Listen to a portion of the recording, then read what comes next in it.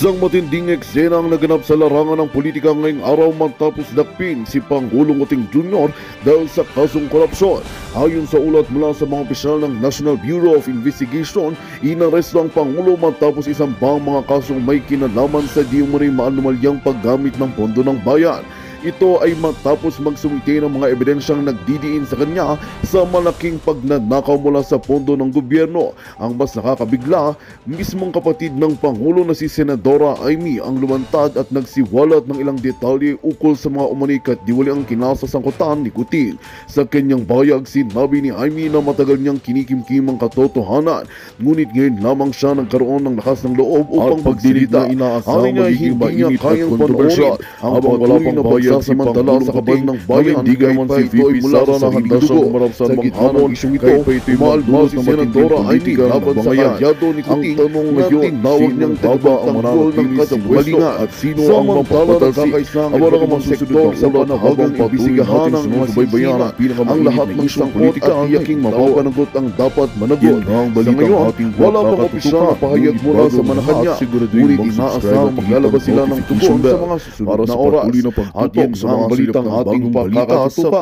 Ngunit bago ang lahat, siguraduhin mag-subscribe at ihit ang notification bell para sa patuloy na pagtutok sa mga silap ng bagong balita sa tunay na boses ng masa.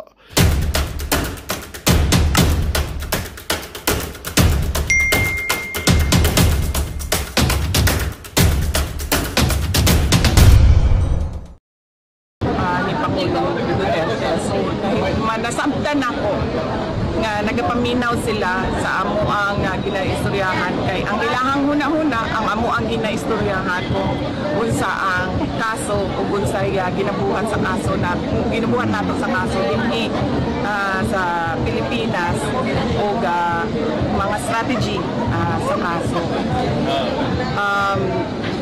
Dili lang ako, layo pa ang pangalan dito. Ang nauna nga mga pangalan dito mao kay Senator Bato de la Rosa, kay itong dating Chief Albayalde, ang katong dating Police General si Danao.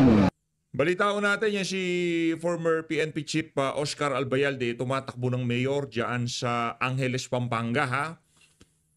Kung sino man hong makalaban itong si Oscar Albayalde, ito lang hong masasabi natin dito. Yang mama na yan may prinsipyo at paninindigan. Kung papipiliin ho kayo kung sino man ang makalaban itong si Oscar Albayalde, piliin nyo ho yang si Oscar Albayalde. Yaan ho kasi talagang nung naglingkod ho siya bilang PNP chief, talagang nakita natin kahit papaano, talagang umayos ho ang PNP. At kahit ngayon makikita ho natin yung kaibahan. Siya dun sa naging serbisyo nitong si Albayalde bilang chief PNP. Kung ikukumpara natin dito kay Romel Marbil. Tsaka ano ho yan, talagang Duterte supporter yang si Oscar Albayalde. So mga mga Pampanga, mga taga Angeles, suportahan niyo Oscar Albayalde. O Police General si Karaman. Napo dito ang pangalan ni Bongo. Mauna usas ila bago ako. Thank you, Madam President. Ayun o mga kababayan, yun ang pinaka-latest na update dito kay Vice President Sara Duterte. At ngayon naman pasadaan ho natin na mabilisan itong post nitong si Ma'am Kifi Chu. Itong si Ma'am Kifi. Kasi ito matagal na hong nagkakaroon ng dito yung sagutan sa social media kasi yung mga DDS dapat iboto itong si Senator Amy Marcos. Again yung mga kasama ho natin na talagang todo ang pagsuporta dito kay Senator Amy Marcos, yung talagang kinakampanya ho siya, ini-encourage ang mga manonood na iboto siya, wala naman ho tayong problema dyan. Talagang 110% ho natin sinusuportahan niya ang mga kasama natin na yan sa hanay na mga taga-suporta nitong si dating Pangulong Rodrigo Duterte. Respeto ho yan. Respeto ho.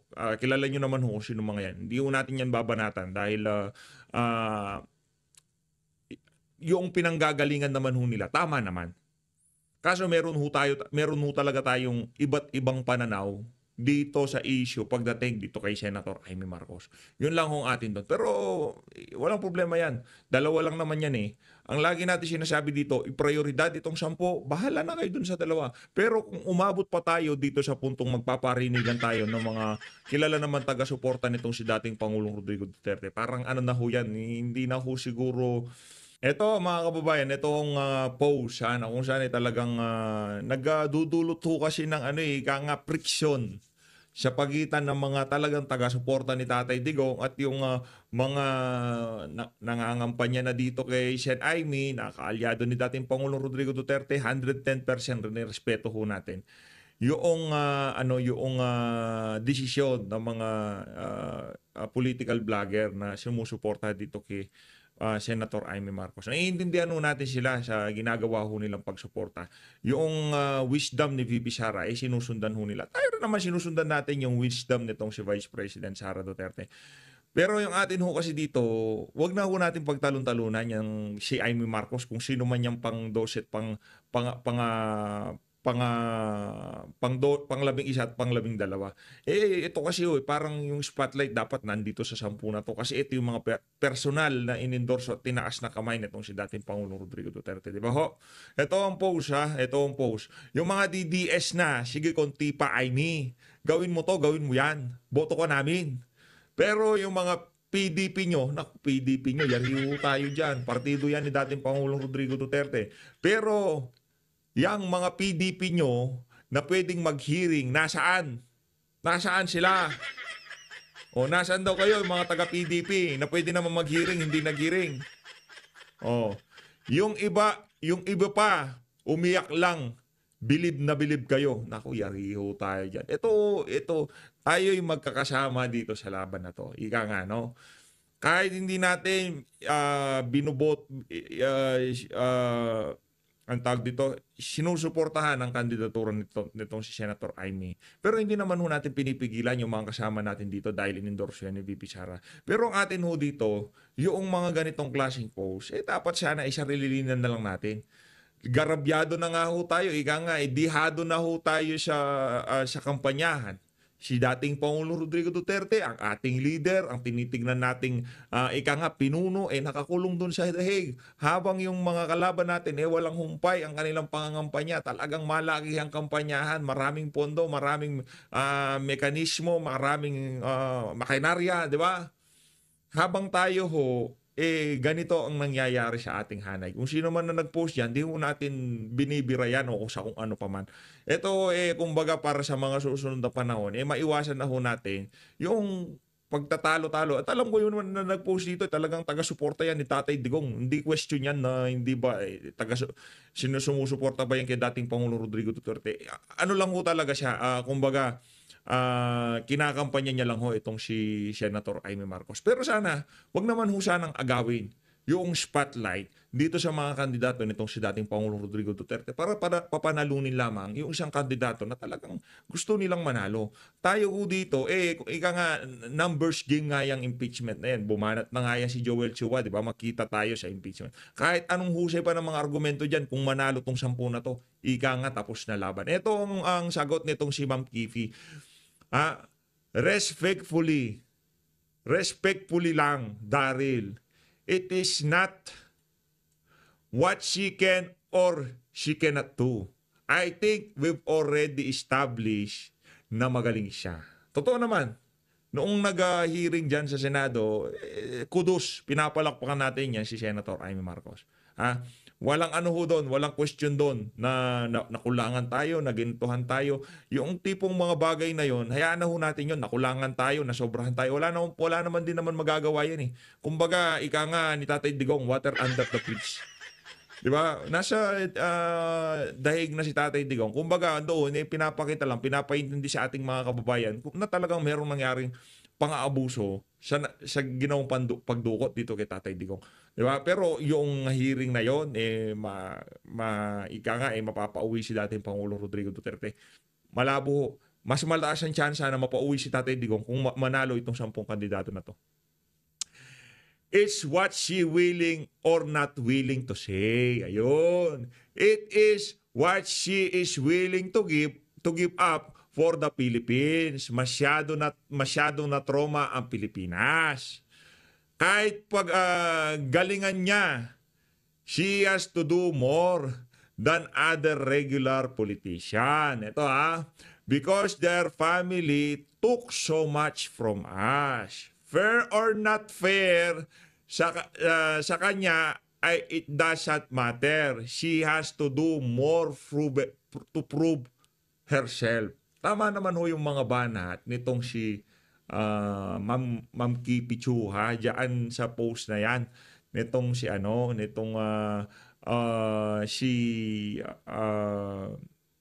kay Senator Amy Marcos. Binibida na kesyo nag-hearing, nasa na yung mga mga senator ng PDP, yung tipong aabot ka doon sa punto na pati yung partido ni dating Pangulong Rodrigo Duterte, babanatan mo. Kahit tayo minsan hindi tayo sang-ayon o parang medyo dispalinghado yung mga decision nila dyan sa PDP. Pero ni minsan di nyo ako narinig nagsalita dyan. Kasi respeto natin. Chairman Emeritus si dating Pangulong Rodrigo Duterte dyan. Sa PDP, siyang utak niyan, siyang ulo niyan. Kung ano man maging desisyon niyan, desisyon ni Tatay Digong yan.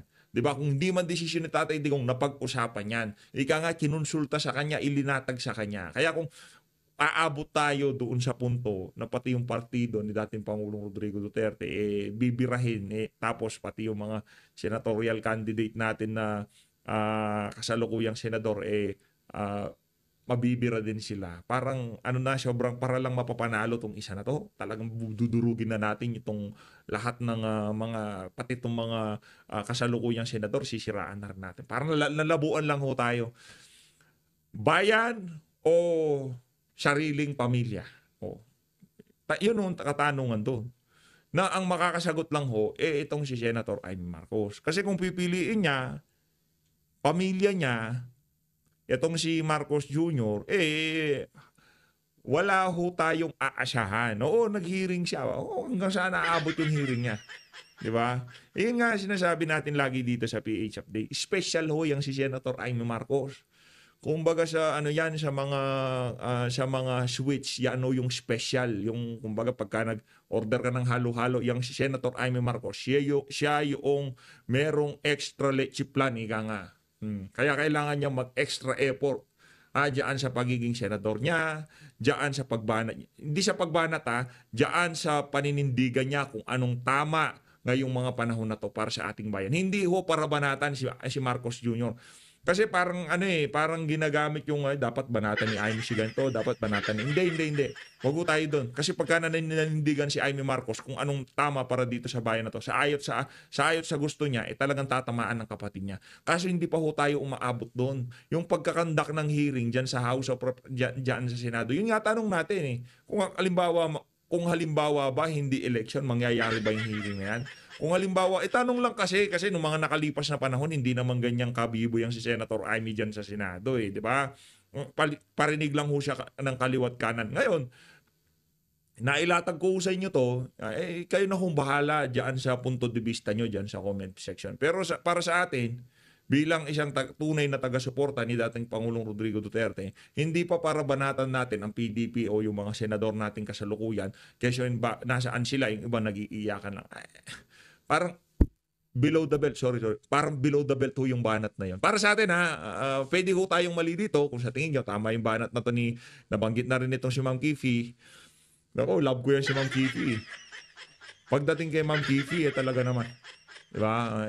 Madam, kagaya nung nasabi ko sa'yo, hindi muna natin masasagot yung mga birada sa'yo doon sa TRICOM dahil hindi pa na ang tawag dito, hindi pa suspended. Suspended ba kailangan? Hindi pa terminated yung hearing. Pag terminated na hearing, babalikan natin lahat yan. Yung mga birada sa'yo. Pinangako ko kayo magkipicho yun Hindi na tayo makatira, baka kasi patawag dito. Pag terminated na yung hearing dyan sa TRICOM, doon bibira tayo. Pero mga kababayan, rekta ho tayo dito sa anak nitong si Benny Abante. Yun lang naman mga punto de vista ko na tayo dito sa hanay ng mga taga-suporta ni dating Pangulong Rodrigo Duterte. Huwag ho natin pag-away-awayin. Huwag ho natin pag-away-awayin. Huwag ko tayo mag-away-away dito sa dalawang kandidato. At huwag natin agawin yung spotlight na ibinigay ni Tatay Digong dito sa 10 na to at ilipat dito sa isang kandidato na nung mga nakalipas na buwan, hindi mo natin malaman kung anong mga tayo niya sa mga isyu sa ating bansa. Okay ho ba yun? Hindi ako nang-aaway. Wala ho tayong binabanatan dito. Yung mga kasama natin, yung iba, ano pa natin yung mga iniidolo natin. Sinusuportahan lang itong si Senator Amy. Pero personally, tayo, hindi ho talaga natin susuportahin yan. Kahit maghalo ng balat si Tinalupan. Huling Marcos na ho si Marcos Jr. Kung gagawin ng performance magaganda performance si Amy, pagdating ng panahon, hindi ho natin siya babanatan. Hindi ho tayo magiging anti-Marcos. Pero last Marcos na ho si Marcos Jr. na ibuboto natin. Bilang isang Pilipino, bilang PH update, o hindi na ho tayo mangangampanya sa mga yan. Mga merong saltik sa utak. lang yung mga Marcos na yan, di ba? Mga merong saltik sa utak. Na mga napulburo na di ba? Kita nyo naman ho, pati anak ni Amy Marcos, di ba? Doon na lang, tingnan nyo na lang ho yung Manotok, yung gobernador ba yun? Di ba? Hindi malaman kung saan babaling ang panga. Kung yung mismong anak mo, nagbabangag, di ba? Hindi mo napapangaralan. Paano pa yung kapatid mo? Anak mo nga, di ba? Kay Senator Amy Marcos. O kung gusto niya siyang boto niyo siya, walang problema. Pero iba na ho to. Ika nga, dapat matuto ho tayong manindigan dito sa Pilipinas. Hanggat hindi natutong manindigan ng sambayan ng Pilipino na yung kunting sundot lang sa peti, boboto nyo na kagad. Pag sinabi na hindi buboto, hindi iboboto. No ifs, no buts. Pagmamay-ari nyo ho yan. Ngayon, kung mahal nyo si Tatay Digong, itong sampung ito, ang ikampanya nyo. Period. No ifs and no buts. Kasi ganito yan, artista, kasi hindi ko gusto. Hindi! Kung mahal nyo si Tatay Digong, no ifs, no buts. 10, prioridad. Huwag natin agawin yung spotlight na ibinigay ni Tatay Digong sa kanila. Huwag ho tayong magpausbong ng kung ano pa mang issue na yung mga ano nyo nga, di man nag-hearing. Saan yung hearing nito si Amy? Nagtatanong ka kung sinong mastermind. Alam mo naman kung sino mastermind? Bullshit na yan. Huwag ganun. Mumukha tayong tanga dyan. Ito, re-recta ho tayo dito sa anak ni Benny Abante. Ito. Bayan ng Santa Ana! Abante na tayo! Bayan ng Santa Ana, pasensya na po. Bago po magsalita ang aking ama, pinili ko pa talaga na tumayo sa entabladong ito. Sige lang, sige. Higit 5 dekada noon, dumating ang isang Benny Abante dito sa Santa Ana. Isang batang Santa Mesa, tinawag ng Panginoon na magsimula ng isang gawain dito sa Santa Ana. Binata, bata, kumatok sa bawat pinto, nagpakilala. Kung merong totoong nakakakilala sa isang Benny Abante, mula bata hanggang ngayong congressman na, yan ang bayan ng Santa Ana.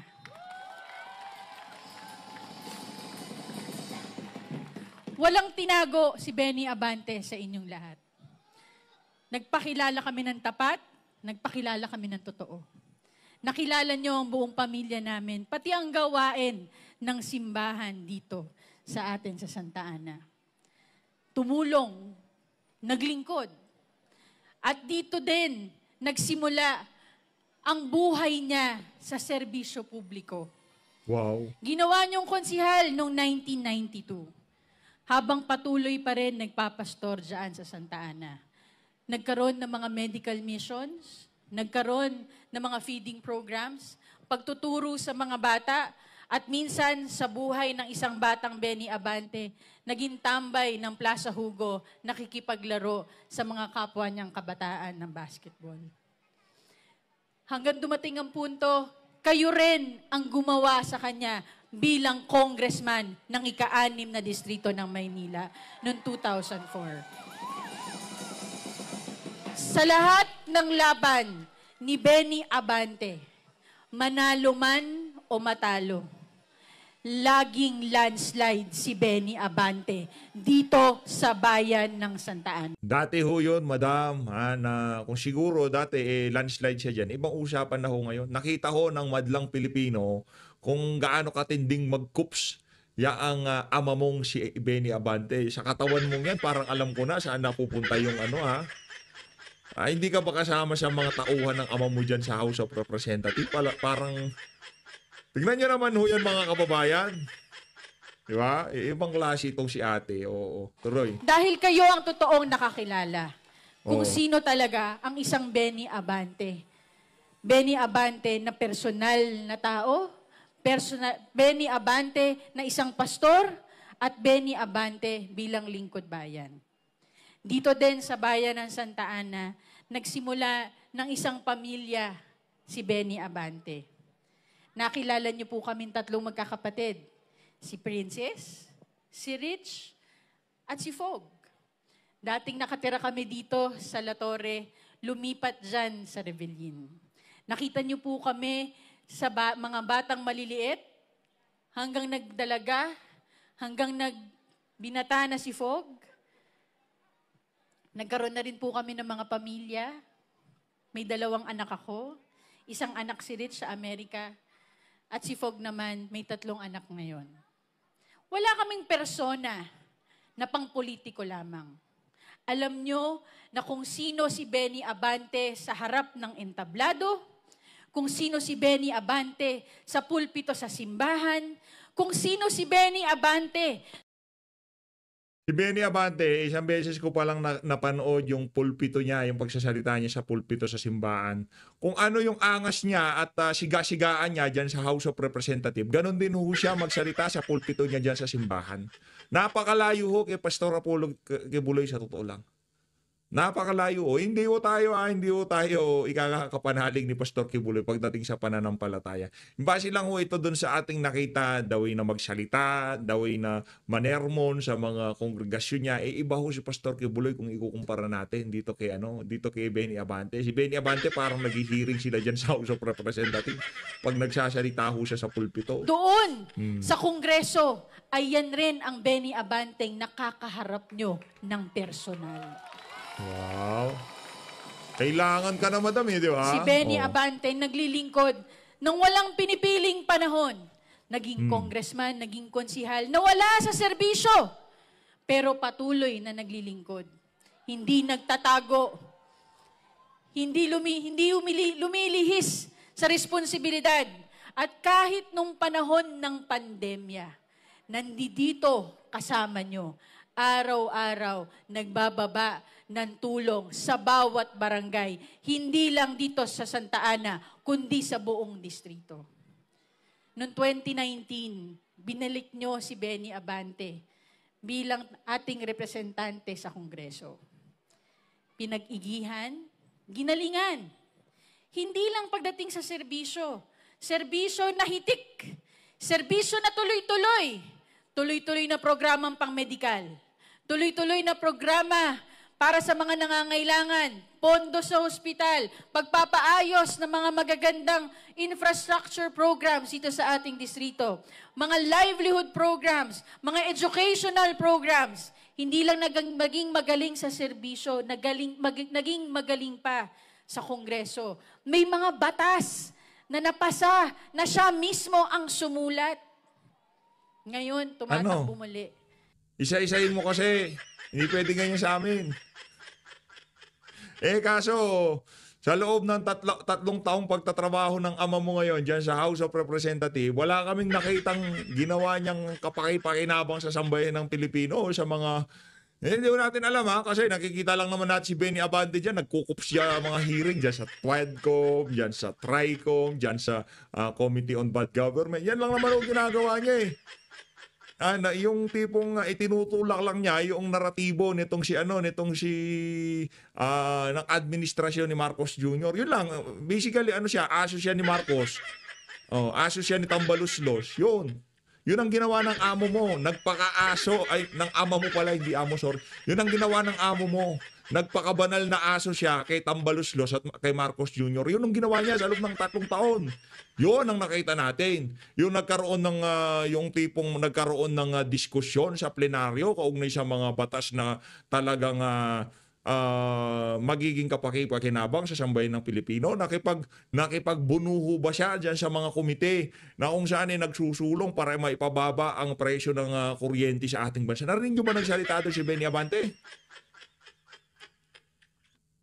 Ang ginawa lang ni Benny Abante sa loob ng 3 taon, base sa ating obserbasyon, pwede tayong mali, pwede tayong tama. Ito lang ang aking mga nakita dito sa PH Update. Ang nagawa ni Benny Abante sa loob ng 3 taon dyan sa House of Representatives, nagpakabanal na aso kay Martin Romualdez at kay Tambaluslos. Ay kay Tambaluslos at dito kay Marcos Jr. Nagpakabanal na aso lang ho siya. Yun lang. Ngayon kung meron siya nagawa, edi siguro meron siyang nagawa pero mas na-amplify yung pagiging banal na aso niya dahil minamayat-maya niya o ika nga kada merong malaki ang hearing, isa siya sa mga bibo, silang dalawa niya si Dan Fernandez. Tama mali? Sa kanyang pangatlo at panghuling termino. Hindi naman nakakagulat na may lalaban at lalaban. Kasi karapatan ng bawat isa yan eh. Karapatan dito sa ating demokrasya na tumakbo ka sa anumang halalan kung ikaw'y naniniwala na kaya mong ipaglaban ang iyong dahilan sa pagtakbo sa halalan. Ang hindi dapat, yung tatakbo ka na wala kang masasabing nagawa pero maninira ka sa iba. Tinawag si Benny Abanteng matanda. Tinawag si Benny Abante na hindi na kayang maglakad ng mahaba.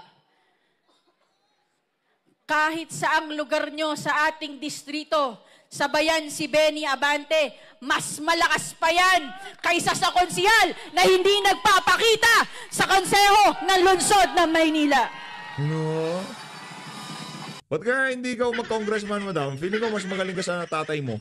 Mas magaling ka magpakaaso. Hindi kaya ng paninira ng isang tao. Rumesbak pa. Nagtawag ng mga barkada. Nako. Nakakalungkot. Dahil akala ko, natuldukan na natin ang hidwaan ng dating politika dito sa Santa Ana. Niyakap na natin ang isa't isa. Kinalimutan na ang mga hidwaan noon. Pero magbabalik ka para lang manira sa congressman ngayon pagkatapos ng termino mo.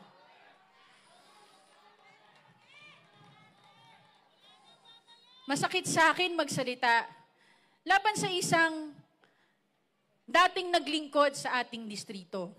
Dahil lagi akong magiging proud sa mga batang Santa Ana na naglingkod sa ating lungsod. Pero hindi ako papayag na gagawing katotohanan ang paninira laban sa aking ama. No. Yan. Gusto ko yan. Ano yung mga paninira sa inyong ama? Ano yung paninira? Yung pagiging banal na aso niya dyan sa House of Representatives? Yan ba? Yun bang paninira? Walang paninira doon. Tanungin nyo yung mga tao sa social media, pakinggan nyo ang sentimiento nila kaugnay dyan sa mga pinaggagawa ng ama mo dyan sa mga hearing dyan. Di ba? Ma'am Kifi, sabi ko sa'yo, magkakapanahon din yung mga yan. Kakapanahon din yung mga yan. Hindi ako papayag. Nagagamitin nila ang mga entablado para magsabi ng kasinungalingan, paninira, dahil hindi kayang takpan. Pinakamaganda, madam, magsuot ka rin ng dito, yung cross. Magsuot ka rin para talagang Benny Abante ang mga datingan mo, no? Di ba? Suot kang gano'n. Ng inyong paninira ang kakulangan nyo sa serbisyo dito sa ating distrito. Wow. Hindi pa sila doon natigil. Naghanap pa ng dayo. Kala mo liga? May hugot? Napikon tong si ate. Napikon siya doon sa yung props niya. Nakaganyan lang si Vicky sa'yo. Napi ko, no, ito anak ni Benny Abante, doon sa ilinabas na props nitong si Bibi Sara, yung linagay na background, yung dila nitong si Banal na aso, di ba? Nakaganon siya doon, di ba? O, sabihin mo kasi sa tatay mo, huwag niyang ilabas yung dila niya sa social media. O, yan to rin, nagagamit na props si Bibi Sara. Tatayo ka dito sa aming lungsod. Tatayo ka sa aming distrito. Wala ka naman na ambag sa mga buhay ng aming mga kadistrito. Para... Galit na. Kalma ka lang, baka atakein ka sa puso, sa katawan mong yan. Feeling ko, tumataas ang high blood mo eh. Diba? Kalmahan mo lang, madam. Huwag masyadong mainit ang ulo. Politika ganyan. Sinabi mo, 1992 pa lang eh. Nasa loob na ng politika ama mo eh. Parang baguhan kayo na... Ganyan no talaga sa politika. Yung ginawa bang pagdurog ng mga kasama yung ama mo dito kay Vice President Sara Duterte dyan sa House of Representatives. Nag-iyakan ba kami ng ganyan? Sinabi ba namin na tinanggap namin yung paninira nitong si Banal na aso kay VP Sara? O yung pagbira nila kay VP Sara dyan sa House of Representatives? Pero nanto ko, kung hindi, sabi mo sa ama mo, kung hindi niya na kayang pagtanggol na sarili niya, tumigil na siya sa pamumulitika. Huwag na siya tumakbo ng congressman. Ikaw na lang tumakbo para mukhang matapang ka eh. At mukhang mas malakas kang kumain kaysa dito kay Jude Asidre eh. Ikaw na lang tumakbo ng congressman. Para meron ka jamming ng si Jude Asidre sa pantry ng House of Representatives. Pastusin! Para siraan ang aming congressman naglilingkod ng tapat at totoo na walang pinipiling panahon. Nako, palagay ko eh, mayat-maya ikaw na... Magandang balita ang hatid namin sa inyo ngayong araw. Sa pagtatapos ng aming balitaan, nagbigay kami ng mga mahalagang impormasyon. Maraming salamat sa pagtutok at pagsuporta sa aming programa. Huwag kalimutang manatili sa mga susunod na araw para sa mga bagong balita at mga kwento na dapat nating abangan. Mula sa Boses ng Masa, magandang araw, Pilipinas!